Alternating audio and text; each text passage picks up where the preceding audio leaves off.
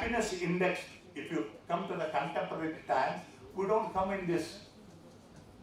The nearest small country like Bhutan is in the list, but we are not in the list. Happy people. We have happy people, happy schools, and happy hours also, those who go in the evening. Okay. Happy hours are there only when, if you are regularly going to bars in Bengaluru, they have declared happy hours. Happy hours and some discounts are profusely offered. That's why happy hours. Huh? Nemmadi Kendra. Nemmadi Kendra. Umedi Kendra. Nemmadi Kendra. Umedi Kendra. Okay. Protect citizens and society. Avoid self-interest. Kingdom prospers when people are happy and secure. Next. Good governance. Vidura advised rulers to take wise decisions after consultations. Do they take consultations? You have to. All of you, do you follow the Vidura decision, taking consultation?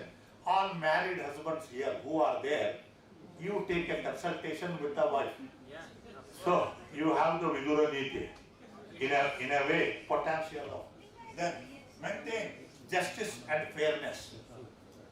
Avoid corruption and misuse of power.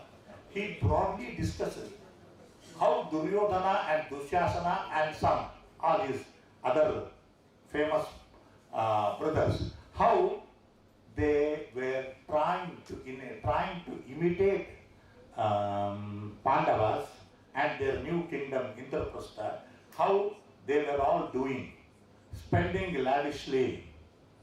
And you can go through Dushasana or Duryodhana. They had bad qualities also. I don't want to go into that details. But govern with responsibility and discipline. Good governance ensures long-term stability of the nation. Best example is India. Best example is China. We are, right from 3,000 years before Christ, India was there. All other countries have gone afterwards. Long-term stability is there only for very good governance. Do you think as a present good governance? No, we don't have. But at the same time, it is changing. Next is qualities of good leader. Just check yourself. According to Vidura, a true leader should have wisdom. Wisdom. No. Who said it? Say, there is a misunderstanding. Wisdom is different. Knowledge is different. Information is different. Data is different. Most of you may be having data, but that data has to be converted into information. Information should convert itself into knowledge. Knowledge converts into wisdom only when you have experience. And you should know where to apply, when to apply. This problem was there for even Albert Einstein. He founded the atom bomb. Yes, but he repented afterwards when his atom bomb was put on the Hiroshima and Nagasaki. Oppenheimer, not Einstein. But Oppenheimer, Einstein, together contributed to the fight. But then, Oppenheimer is good. I don't know how many of you know this. But one thing I tell you, during that war time, research becomes more. And most of the people contributed to that. Then, compassion, integrity, patience, ability to listen to advisors. Do we have an ability to listen to advisors? Most of the people, they may think of only the Budweisers. Okay, but there is a difference between advisors and Budweisers. Okay, then a leader must think about the future of the kingdom, not a personal gain. Next. Economic responsibility. Vidura warned, if the state income, no, just be serious about it. But if the state income decreases and expenditure increase, the state becomes weak. All of you are experiencing. I need not tell. Isn't it? Why language should be taught? In order to, achieve economy, saving in something, language can be where there is no intake for the students, admissions are less, closed. Admissions are less, so Kannada medium schools are closed. Today we have a record number of Kannada medium schools are closed. Please remember. Why? Because there is no intake. If there is no intake, what did you do for increasing it? Anyway, let me not go into that. And expenditure. The message is responsible financial management is essential for a strong kingdom. Vidura Niti. Now also people say, this is required, this is for, even for family also. Next. Vidura's advice to Duryodhana. Vidura questioned unnecessary projects like luxury gardens. Duryodhana wanted to make some luxury gardens for his recreation.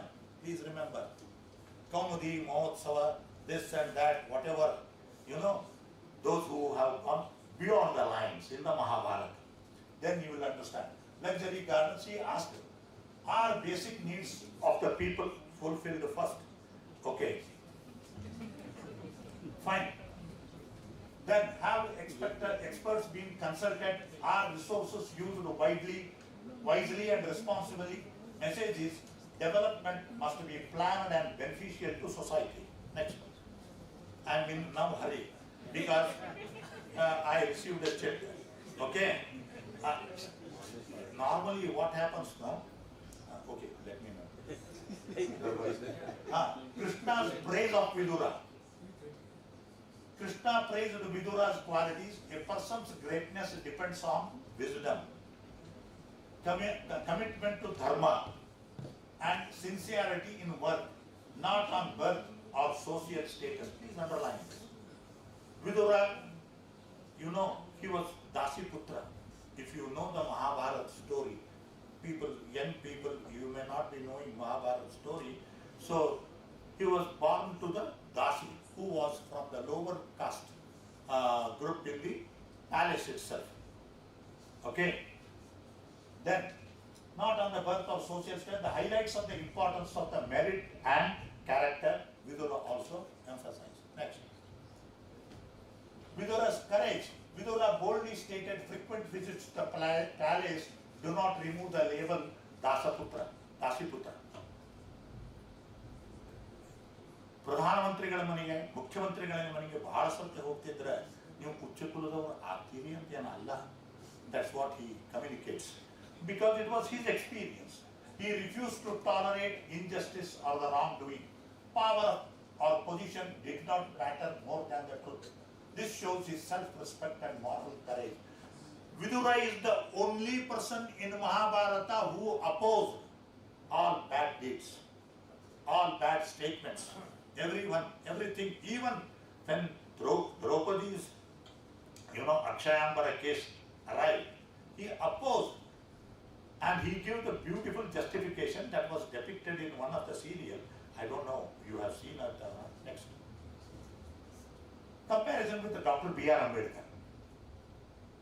Vidura Niti, justice and dharma, wisdom and above the birth, welfare of the people, ethical governance. Dr. B.R. Ambedkar suggested social justice, that is dharma, equality, rights of citizens, and constitutional democracy. Next. Relevance in modern times. Vidura Niti remains relevant today because it teaches ethical leadership, responsible governance, social harmony, personal discipline. Its principles can guide politicians, administration, and individuals. Next. Lessons for personal life. individuals to practice honesty, maintain self-control, avoid greed and anger, respect others, work sincerely. These values help create a better society. Please look at yourself as a student, as a young teacher. Are you practicing this or not? Conclusion is, Viduraniti is a timeless guide to the leadership and morality. It teaches us that true power comes from wisdom and integrity. Justice and dharma must guide all the decisions. These principles remain relevant even today. Do you agree or not? Hurry, from the rear side. Normally, people who are sitting in the front, they don't raise their voice. No, we also agree. Thank you. Not for Viduraniti. Next. Thank you. So, a big thank you for all people who brought me here.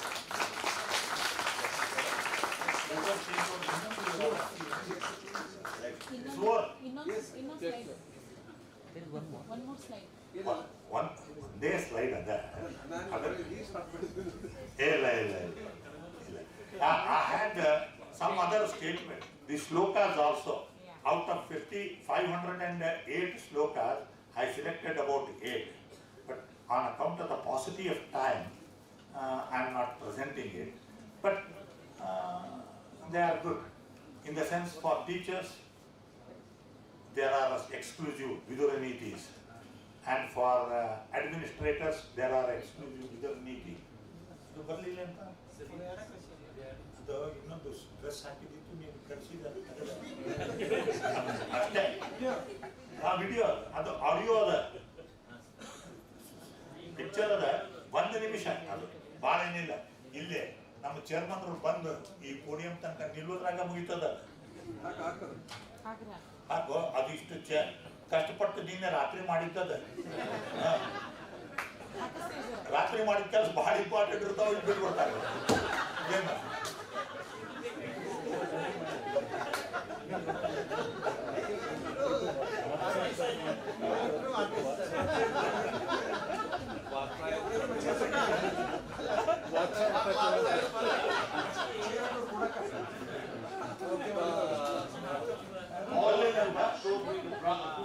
I do not know whether I am eligible or not. Up to your expectations and ideas of happiness. But don't expect that one family any illusion. I do not get influenced by anyone. I promise you.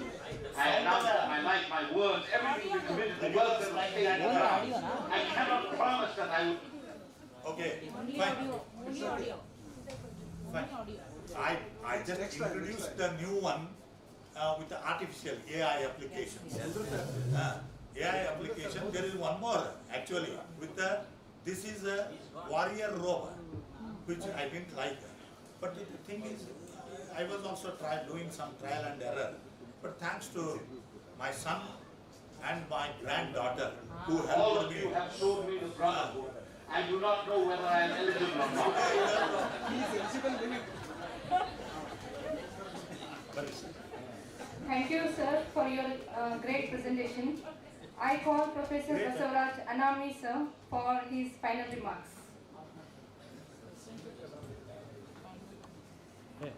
Background.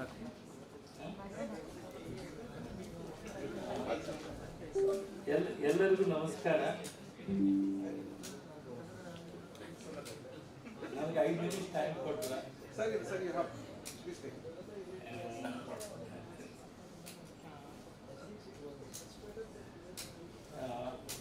Good afternoon to everyone.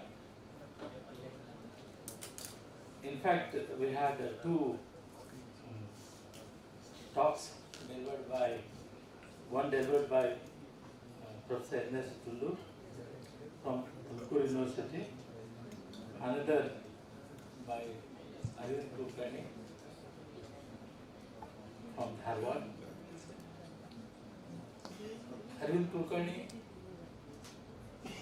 sir spoke on Viduraniti. He narrated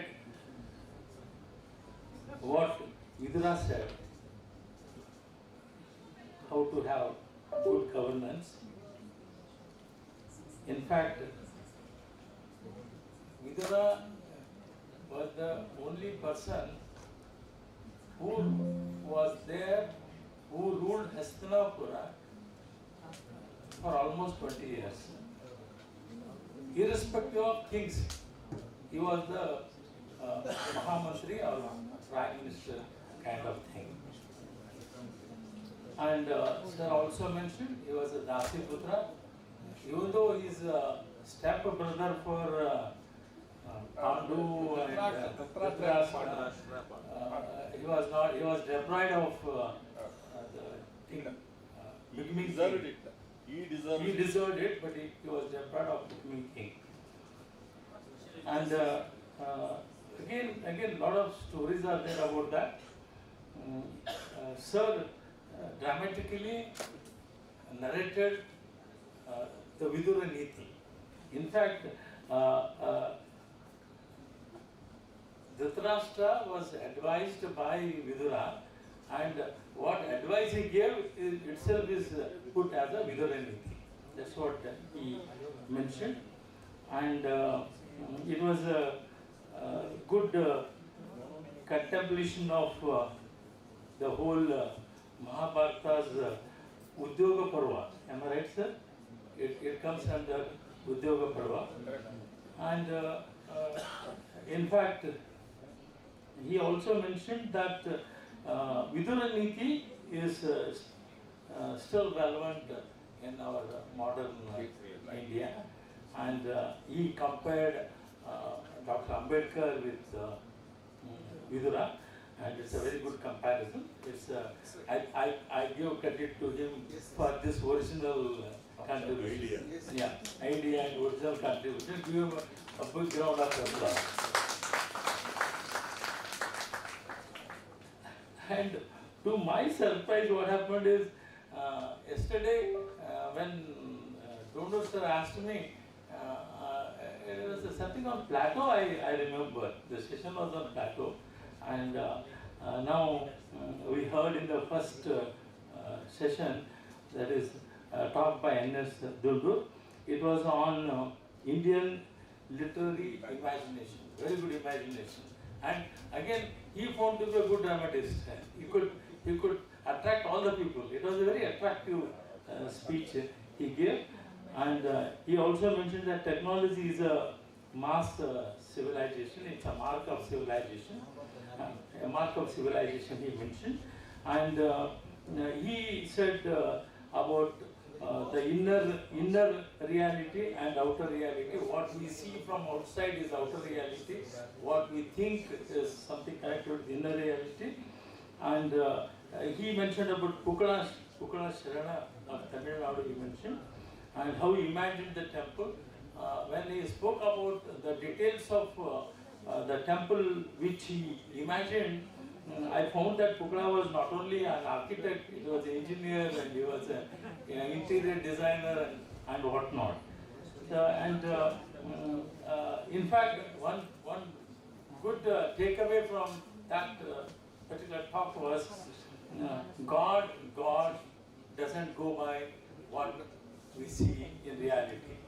That is, he said, Shiva denied to go to the physical temple. He was ready to go into the imaginary temple. So that's a good message given by Dr. Dundur sir. And both the talks were very, very interesting. I hope you all enjoyed. And I would like to thank Dharwad Abhinay Bharati founder Dr. Arvind Kulkarni for talking on Vidura Niti, and Dr. N.S. Dundur on the talk on Indian literary imagination. And in fact, I would like to express my deep sense of gratitude to Dharwad Khatte Dharwad, Adikavi Sri Valmiki Maharshi University Raichur, JSS Dharwad, and Peter Lang, publisher from Switzerland. I hope he is a publisher from from Switzerland. And in collaboration of all this, these 2 days international conference has happened. And I would like to express my deep sense of gratitude to Dr. Basavaraj sir, because of whom I am today with you all, and I am very happy about being part of this 2 days international conference. Thank you, one and all.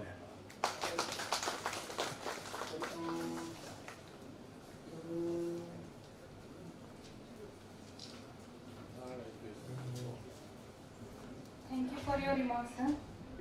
The next session will begin shortly. For this session, we have Dr. R.J. Hegde, writer, Harvard. His topic is Mahabharata, mapping out in Oriental civilizational basis and approaches. We have Professor N.H. Kallur, Karnataka University, Harvard. His topic is Civilizational Ethics and Political Imagination in Plato's Republic. Transcultural dialogues across civilizations.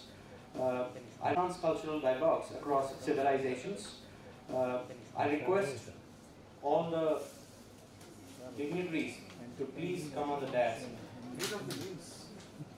We have with us Dr. R.G. Hegde, an eminent writer from Harvard. His sir will be speaking on the topic Mahabharat, mapping out Oriental civilizational basis and approaches. And also we have with us Professor N.H. Kallur, Karnataka University, Harvard. Sir will be speaking on civilizational ethics and political imagination in Plato's Republic. And we have with us Professor Venkatesh Riker, sir, former Vice Chancellor, Sanjay Godavat University, Kolhapur, to chair the session. We welcome you all, sir. I request Dr. V.T. Nayak, sir, to please honor all the dignitaries on the desk.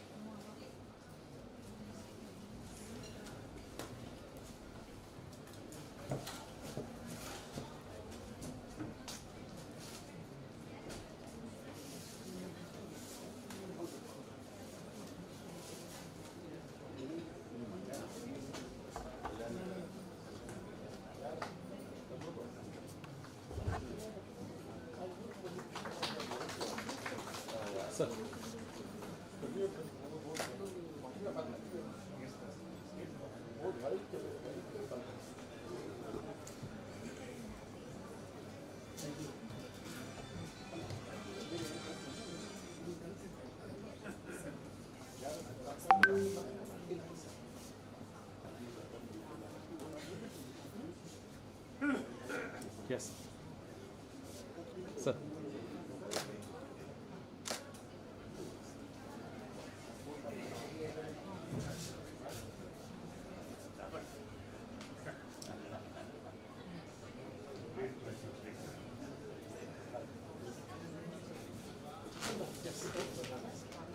Sir, one.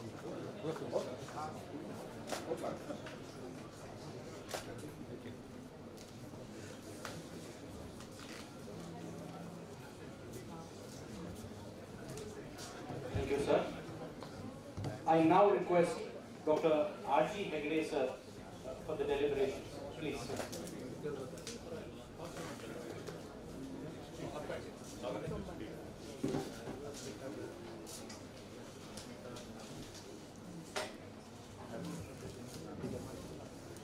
Good afternoon, ladies and gentlemen. Namaskar. At the outset, I would like to cite Professor Gundur, who said Indian literature is basically imaginative, or Indian civilization is imaginative. I think we have the best example here, Professor Donor, who has put up an imaginative university, which is not real, it doesn't exist. That university exists in imagination. Harvard Kate. My heartfelt congratulations to Dr. Dono. I would not like to take a lot of time on introductories further, and would like to go straight away to the topic. But with one confession and one with apologies, I am not good at making simple things very complicated. I will try to make complicated things more simple. So, at the outset, I would like to map out for ourselves, construct a kind of what is a civilizational literature. What is civilizational literature? Or what is civilizational text? There are 2-3 important parameters or 2-3 parameters, elements to be qualified as a civilizational literature. Number one is it is told and retold and retold and retold and people are never bored of it, even after listening to the story for thousands and thousands of years. See, very fascinatingly, Mahabharata was narrated for the first time by some rishi somewhere. I know, but I would not like to complicate and make things heavy.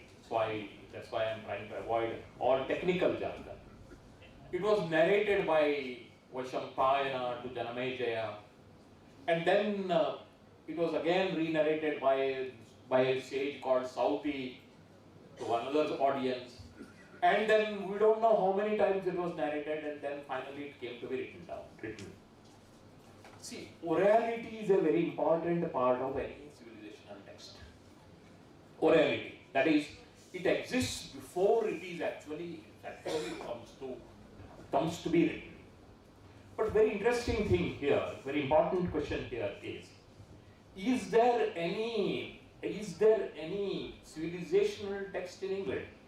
In British literature. See, I would like to make a very controversial point and a point for discussion, that is, there isn't, or it appears like there isn't. Let me make a minor correction, because Shakespeare is beyond region, beyond a civilization. Shakespeare applies to all. And also Shakespeare is not particularly interested in narrating England. He is interested in narrating universality. And or there is another caveat, another thing, that is, we know about British literature starting from only 10th century. Very unfortunately, British literature, most of it is lost for us till 1130 AD. It is lost to us because of changes in languages, because of so many changes that came in socio-political structures of the British society. Those languages have been lost, and probably that literature, civilizational literature, is also lost in England. This is a controversial point I'm making. I would like to have scholars debating on this. The second feature of a civilizational literature is that it is repeated in local languages. Not only it is rewritten so many times and narrated so many times, but then the things from that text are picked up and implemented by or taken into writing by so many writers. Very fascinatingly enough, even in 20th century, a writer like S.L. Bhairappa considered appropriate to write a novel based on Mahabharata, Parva. Very fascinating. The quality of civilizational literature, number one, is it begins in orality and then confirms, gradually translates into written one. Second thing is it cuts across regions, languages, religions, everything. Then third and the most, because I'm aware of the constraints of time, and I've got to leave anything untouched, whatever I wanted to say. See, the third and most important thing is Mahabharata is a discursive text. Discursive text means action in Mahabharata is there. There is lot of action, tremendous action. But at the same time, action in Mahabharata is not for the sake of action. The action in the Mahabharata is for the sake of deliberation or for meditation. In fact, action and meditation on action go together in Mahabharata, very fascinatingly. Please note, this meditation on action starts from Aranya Parva itself. There is a yaksha who asks Dharmaraja some civilizational questions, appropriate civilizational questions, in view of the life of his brothers If you know these answers, if you tell me these answers, I will bring your brothers back. Look at the very fascinating thing. There is meditation and action, contemplation and action going on together. Right? That's a very fascinating thing. And see where Bhagavad Gita is placed. Bhagavad Gita is placed at the point of the peak of action. Peak of action. Exploding point of action. Explosive point of action. See, what's happening there is Arjuna is almost on the verge of fighting, getting into war, but then he's meditative, whether to fight or not to fight. But fortunately for him, he doesn't become Hamlet, because there is Krishna, Lord Krishna.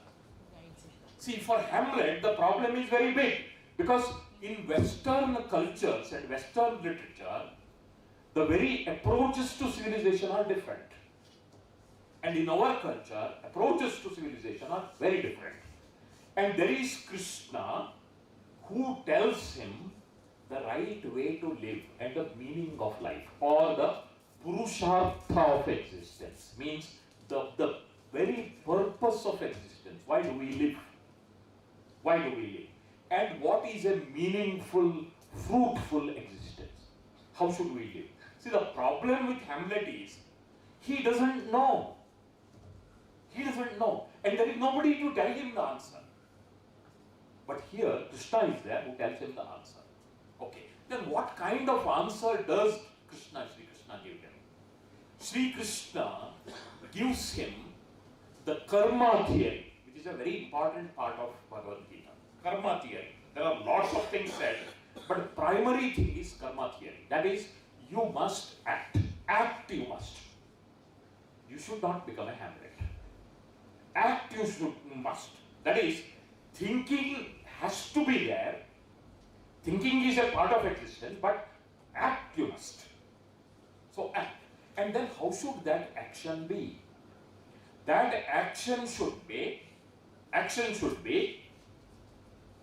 without raga, dvesha and moha. See, you should act, you should live in such a way that you have neither affliction with life, neither passion about life, nor dispassionate about it, nor you neither mohi nor nirmohi. You need to stay in balance. How should one live? See, the major question that Mahabharata addresses is, at the point of war, is what is the meaning of existence? What is the meaning, our civilizational approach to existence? See, why I am telling you this is a very positive thing about our culture. That is, our approach to life is very positive. That is, Krishna tells Arjuna, if you die in the battlefield, you have performed a dharma, and you will go to heaven. And if you lose in the battlefield, you have died a heroic death, you will go to heaven. Act you must. But here, please note another very significant thing about our civilization, that is, life is not absurd. See, most of the British literature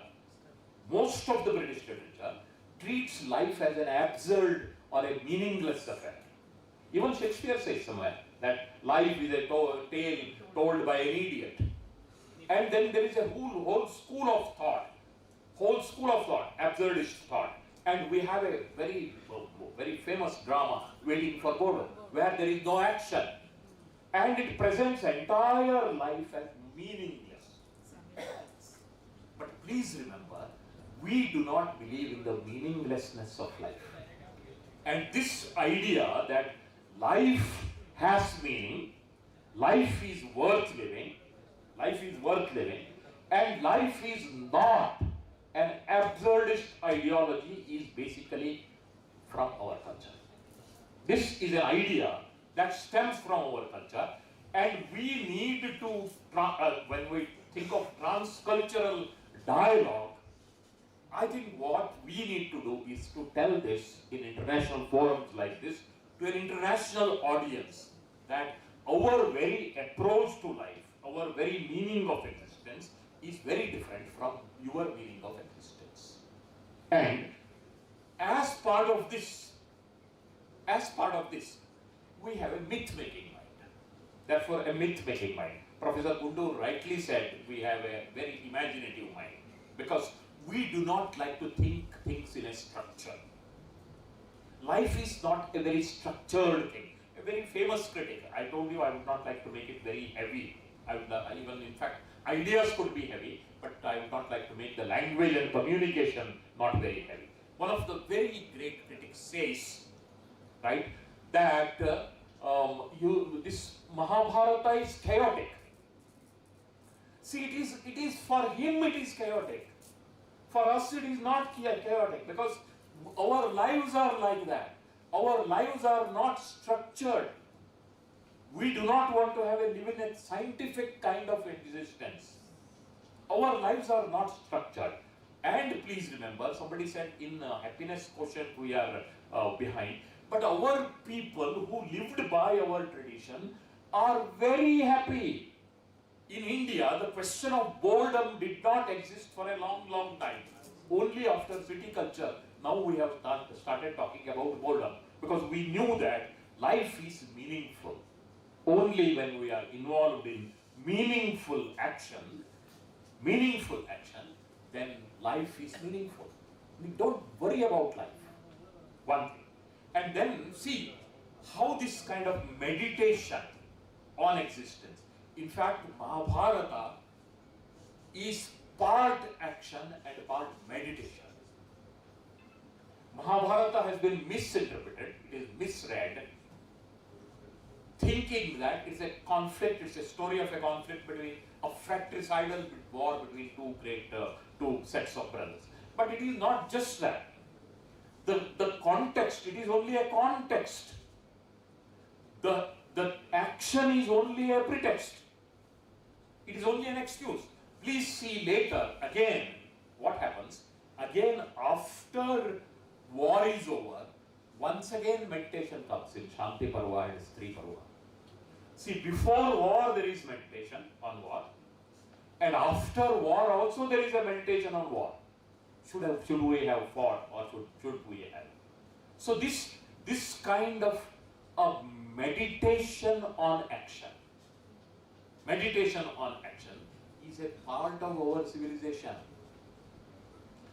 This myth making is a part of our civilization. Right? That is why I would like to say Mahabharata is a literature, that is civilization. Mahabharata is a piece of civilizational literature that should cut across our continents and should convey itself as a Indian approach, the way of Indian living to the world. Then, one more thing.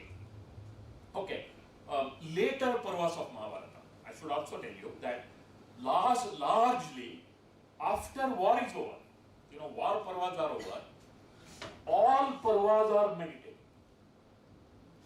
And in fact, the action comes to an end. Action comes to an end with war Parvas are over, and then meditation begins. And then there is meditation before that, action continues. So the three important features of Mahabharata, I am talking to you briefly, I would have like be very crisp about those things, are number one, it is recurrent, it's retold time and time again. And second thing is, it is, it cuts across regions and religions and languages. How many languages we have in Mahabharata? And this we need to convey to the Western audience as a part of our dialogue across civilizations.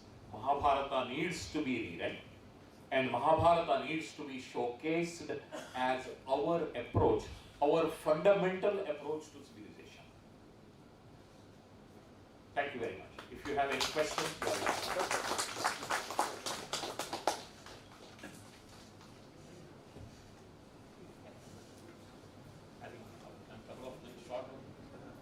Yes. no problem. That is no problem. Thank you. I intentionally did not want to name the people, so I did not want to make it heavy. Of course, I will make my